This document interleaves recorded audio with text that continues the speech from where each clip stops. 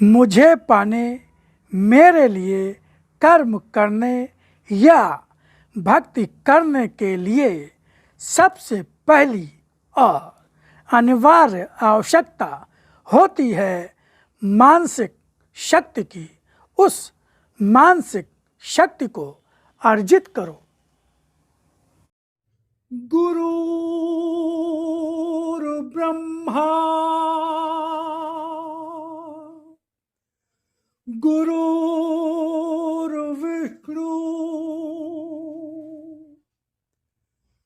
गुरुर्देवो महेश्वरा गुरुर्साक्षात् परब्रह्म तस्मै श्री गुरुवे नमः।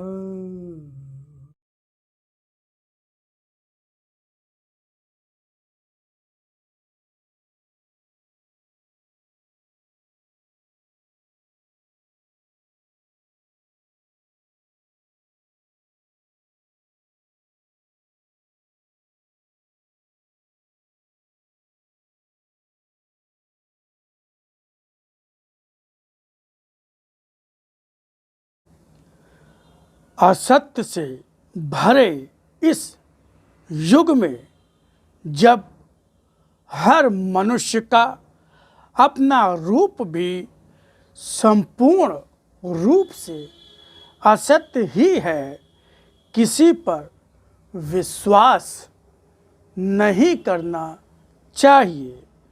जो स्वयं सत्य का भक्त होता है वह तो सत्य को ही मर्यादा और जीवन का धर्म मानकर ही रहता है। उसे यह सब सोचना भी नहीं होता कि कौन जो भी उसके पास आता है उसका अपना रूप क्या है, क्योंकि सत्य के भक्त की दृष्टि तो मात्र सत्य पर ही रहती है। वह अन्य कुछ तो सोचता भी नहीं है, देखता भी नहीं है। पर ऐसे जीवन संसार में खोजने पर भी नहीं मिलते।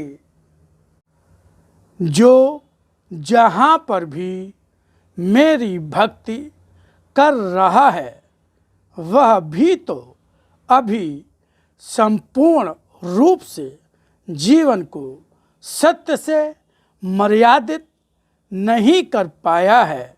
हर मन में तो असत्य ही बसा है। भक्ति भावना के साथ साथ ही जब जीवन नितांत सांसारिक मूल्यों पर ही टिका रहता है तो वह कभी सत्य पर संपूर्ण विश्वास कर भी नहीं पाता है। मैं तो अपने भक्त के जीवन की मर्यादा बनकर ही रक्षा करता हूँ। कोई भी बड़ी से बड़ी बाधा भी तो आकर उसके जीवन का तो स्पर्श भी नहीं कर सकती है। फिर जब सत्य को देखा भी है, समझा भी है, तो अपने मन की हर चिंता, भय और भ्रम छोड़कर ही निश्चिंत मन लेकर ही रहो। जहाँ मेरा भक्त होता है वहाँ भी मैं ही तो होता हूँ। ऐसी तो कोई वस्तु या समय नहीं जो मुझसे दूर हो अथवा जहाँ मेरी पहुँच ना हो। पर जहाँ मेरा भक्त होता है, जो मुझ पर ही सब कुछ निर्भर करके भय, भ्रम और चिंताओं से मुक्त मन लेकर बैठा होता है वहाँ मेरी उपस्थिति का विशिष्ट रूप ही होता है। तुम्हें मैं बता ही चुका हूँ कि यह तो सत्य ही है कि शीघ्र ही यह संसार बहुत बड़ी विपत्ति में पड़ने जा रहा है। यहाँ धरती का अधिकांश भाग अपना रूप बदलेगा, पर जो भी होगा वह तो मेरी प्रलयकारी शक्तियों का दर्शन ही होगा। और यह सब तो होता ही इसलिए है क्योंकि जब मुझे इस धरती पर बढ़ते अधर्म का विनाश करना होता है, तब यह सब तो होकर ही रहेगा।